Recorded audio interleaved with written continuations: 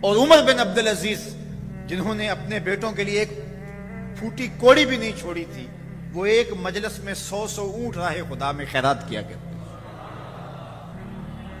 تو اپنی اولاد کو اچھائی دے کے جاؤ، تقوی دے کے جاؤ، دیانت دے کے جاؤ، خیر دے کے جاؤ، برکت دے کے جاؤ، نور دے کے جاؤ۔ مکر و فریب سے، دجل و تلبیس سے، دھوکہ دہی سے، لوٹ مار سے جمع کیا ہوا پیسہ اولاد کو آپ دے دیں گے، لیکن اولاد آپ بھی جہنم میں جلیں گے اور اولاد بھی ذلیل و رسوا ہوگی۔ تو حضرت عمر بن عبدالعزیز رضی اللہ تعالیٰ عنہ نے ہمیں بتایا کہ کس طرح اپنے گھر والوں کو سنبھالا جاتا ہے۔ جب حضرت عمر بن عبدالعزیز کا دور آتا ہے تو نیا لباس پہننے کے لیے بھی دستیاب آپ کے پاس کچھ نہیں ہوتا ہے، تو بیوی کہتی ہے کہ آج عید کا دن ہے تو کچھ آپ ایڈوانس تنخواہ ہی لے لیں جس سے ہم کم از کم اپنی ضروریات کو تو پورا کر لیں۔ تو حضرت عمر بن عبدالعزیز نے کہا یہ بات تم نے ٹھیک کہی۔ تو آپ جاتے ہیں ناظم مالیات کے پاس اور اس کو کہتے ہیں کہ 1 مہینے کی تنخواہ اگر مجھے ایڈوانس دے دیں تو عید کا دن ہے، میں اپنی ضروریات کو پورا کر لوں۔ اب وہ وزیر خزانہ کیا بولتا ہے؟ امیر المومنین کہہ رہا ہے تو وہ کہتا ہے جناب حاضر ہے سب کچھ، لیکن وہ بھی تربیت یافتہ عمر بن عبدالعزیز کا تھا۔ اس نے کہا آپ مجھے لکھ کے دے سکتے ہیں کہ آپ 1 مہینے تک زندہ رہیں گے؟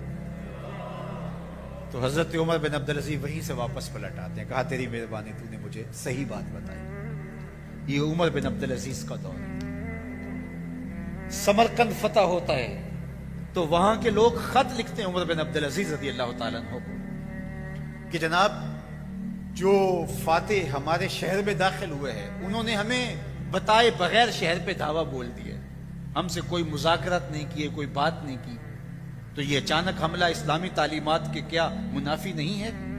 مسلمان تو موقع دیتے ہیں یا جزیہ دو، فدیہ دو، جزیہ دو، یا پھر اسلام قبول کرو یا پھر ہم حملہ کریں گے۔ انہوں نے کوئی بات نہیں کی۔ تو حضرت عمر بن عبدالعزیز خط لکھتے ہیں امیر شہر کو کہ قاضی مقرر کیا جائے اور وہ ان کی بات سنیں، ذمیوں کی گفتگو کو اور ان کے مقدمے کو سماعت کریں۔ عدالت لگتی ہے، امیر شہر بھی آتا ہے اور ذمی بھی جمع ہوتے ہیں۔ قاضی فیصلہ دیتا ہے کہ فوجیں واپس شہر سے باہر جائیں، شہر کو چھوڑ دیا جائے گا، پھر وہاں جا کر کے آپ ان کو مذاکرات کے لیے بلائیں گے۔ مذاکرات کامیاب نہیں ہوتے تو پھر آپ کو اختیار ہوگا حملہ کرنے کا، پھر یہ جیتیں یا آپ جیتیں، یہ فیصلہ بات کا ہے۔ ان ذمیوں نے، ان کفار نے کہا کہ ہم آپ کی سلطنت کو قبول کرتے ہیں۔ یہ عمر بن عبدالعزیز رضی اللہ تعالیٰ عنہ کا دور ہے۔ حضرت عمر بن عبدالعزیز رضی اللہ تعالیٰ عنہ کے 2 سال 5 ماہ اور چند دنوں کے اندر ایسا عدل پھیلتا ہے کہ لوگ کہتے ہیں ہمیں لگتا تھا آسمان اور زمین کے درمیان ترازو گاڑ دیا گیا ہے، ہر شے پوری تولی جا رہی ہے، اور اتنی خوشحالی آتی ہے، لوگ زکوٰۃ کے پیسے لے کے نکلتے ہیں، کوئی زکوٰۃ لینے والا نہیں ملتا۔ ایک علاقے کے لوگ حضرت عمر بن عبدالعزیز کو خط لکھتے ہیں کہ حضرت زکوٰۃ کا کیا کریں؟ فرمایا غریبوں کو دے۔ کہا کوئی غریب رہا ہی نہیں، تو کہا کہ اچھا آپ اس طرح کریں کہ شادیاں کروا دیں، جن کی شادیاں نہیں ہوئی ان کا مہر ادا کر کے شادیاں کروا دیں۔ تو وہ جواب میں لکھتا ہے یہ بھی ہو چکا۔ تو کہا لوگوں کو قرضہ دے دیں، کہا کسی کو قرضے کی ضرورت ہی نہیں ہے۔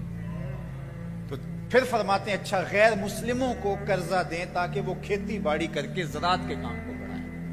یہ عمر بن عبدالعزیز کا دور۔ یہ خلیفہ ششم حضرت عمر بن عبدالعزیز رضی اللہ تعالیٰ عنہ کا عہد فرخ فال ہے، عہد ہمایوں ہے۔ اللہ اکبر۔ حضرت عمر بن عبدالعزیز رضی اللہ تعالیٰ عنہ کہ جب انتقال کا آخری وقت آتا ہے تو حشام بن عبد الملک نے دیکھا کہ لوگ کثرت کے ساتھ آپ کا حال پوچھنے آ رہے ہیں اور آپ نے جو قمیص پہنی ہے وہ میلی ہے۔ تو اپنی بہن فاطمہ سے حشام بولتا ہے کہ یہ قمیص تبدیل کر دی جائے۔ بہن خاموش رہتی ہے، پھر دوسری مرتبہ، پھر تیسری مرتبہ۔ تو پھر بہن نے کہا کہ بھائی تم بار بار کہے جا رہے ہو، کوئی دوسری قمیض ہو تو پہنا ہو۔ یہ 3 بر اعظموں پر پھیلی ہوئی سلطنت کے خلیفہ کی کہانی سنا رہا ہوں میں آپ کو۔ آج تو ایک شہر کا ناظم، ایک شہر کا ڈی سی، ایک شہر کا حکمران، ایک گاؤں کا چودھری مان نہیں ہے، لیکن یہ 3 بر اعظموں پہ پھیلی ہوئی سلطنت کے خلیفہ کی کہانی ہے کہ سانسیں ٹوٹ رہی ہیں اور دوسری قمیض دستیاب نہیں ہے۔ اللہ اکبر۔ حضرت امام اوزائی رضی اللہ تعالی عنہ فرماتے ہیں کہ جب حضرت عمر بن عبدالعزیز کا انتقال ہوا تو میں جنازے میں شامل ہوا۔ جنازے سے فارغ ہو کے میں جا رہا تھا کہ راستے میں نے دیکھا کہ ایک پادری ہے، تو اس سے جب بات ہوئی تو وہ رو پڑا۔ تو میں نے اس کو کہا کہ آپ پادری ہو کے رو رہے ہیں، جو انتقال کرنے والے ہیں وہ تو امیر المومنین تھے، مسلمانوں کے امیر تھے۔ اس نے کہا کہ میرا مسئلہ یہ نہیں ہے کہ مسلمانوں کے امیر المومنین انتقال کر گئے، میرا مسئلہ یہ تھا کہ ایک نور تھا آسمان سے زمین تک پھیلا ہوا، وہ بجھ گیا ہے۔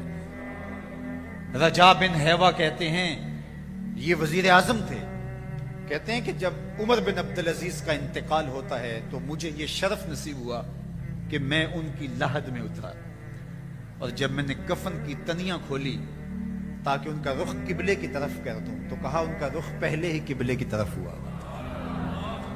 کہتے ہیں واللہ آج تک میں نے اتنا روشن چہرہ کبھی کسی کا دیکھا ہی نہیں جیسا عمر بن عبدالعزیز کا چہرہ۔ عدل پھیلا، نور پھیلا، روشنی پھیلی۔ اللہ ان کی رحمت پہ، ان کی مرقد نور پہ کروڑوں رحمتوں کا نزول فرمائے۔ حضرت عمر بن عبدالعزیز کا دور خلافت بہت طویل نہیں ہے، جیسا میں نے بتایا آپ کو، صرف 2 سال 5 ماہ اور چند دن آپ نے سلطنت کی، اور اتنے دانا، اتنے بینا، اتنے سمجھدار، اور اتنے اس قدر زندگی، شہزادگی کی زندگی سے ایک دم اپنے آپ کو ایک چھوٹے سے کٹیا کے اندر محدود کر دیا۔ اولاد جو ہے وہ ان کے لیے بھی کچھ نہیں، بیوی بھی، اللہ اکبر۔ ایک مرتبہ بیوی کہتی ہے کہ آپ کچھ تھوڑا سا ادھار لے لیں، میں مزدوری کر کے جو ہے وہ اس کو اتار لوں گی۔ اللہ اکبر۔ 7 بادشاہوں کی بہن ہو کے، 7 بادشاہوں کی شہزادی ہو کے وہ عمر بن عبدالعزیز کے گھر کے اندر جو ہے وہ یہ پکار کر رہی ہے۔ یہ ان کا دور خلافت تھا، ان کا انداز زندگی تھا۔ اللہ اکبر۔ حضرت عمر بن عبدالعزیز رضی اللہ تعالی عنہ مسلمانوں کے نامور خلیفہ ہے، اور ان کو ان کے عدل، ان کے انصاف، ان کی سادگی اور ان کی زندگی کے اس خوبصورت طرز کی وجہ سے عمر ثانی کہا جاتا ہے۔ حضرت عمر رضی اللہ تعالی عنہ کی اولاد سے ان کا چونکہ تعلق بھی تھا، ان کی والدہ حضرت عمر رضی اللہ تعالی عنہ کی پوتی تھی، اور یہ اثر بھی تھا، نسب کے اثرات بھی تھے، اور پھر آپ نے تربیت بھی حضرت عمر رضی اللہ تعالی عنہ کے خاندان کے اندر پائی، اور آج ان کا مزاج بنو امیہ سے مختلف نظر آتا ہے، اور عدل و انصاف کو بھر دیا، اور زمانہ انہیں عمر ثانی کے نام سے یاد کرتا ہے۔ مسجد سے باہر نکلے تو آپ کے لیے شاہی سواری لائے گی، فرمایا میرا خچر کافی ہے میرے۔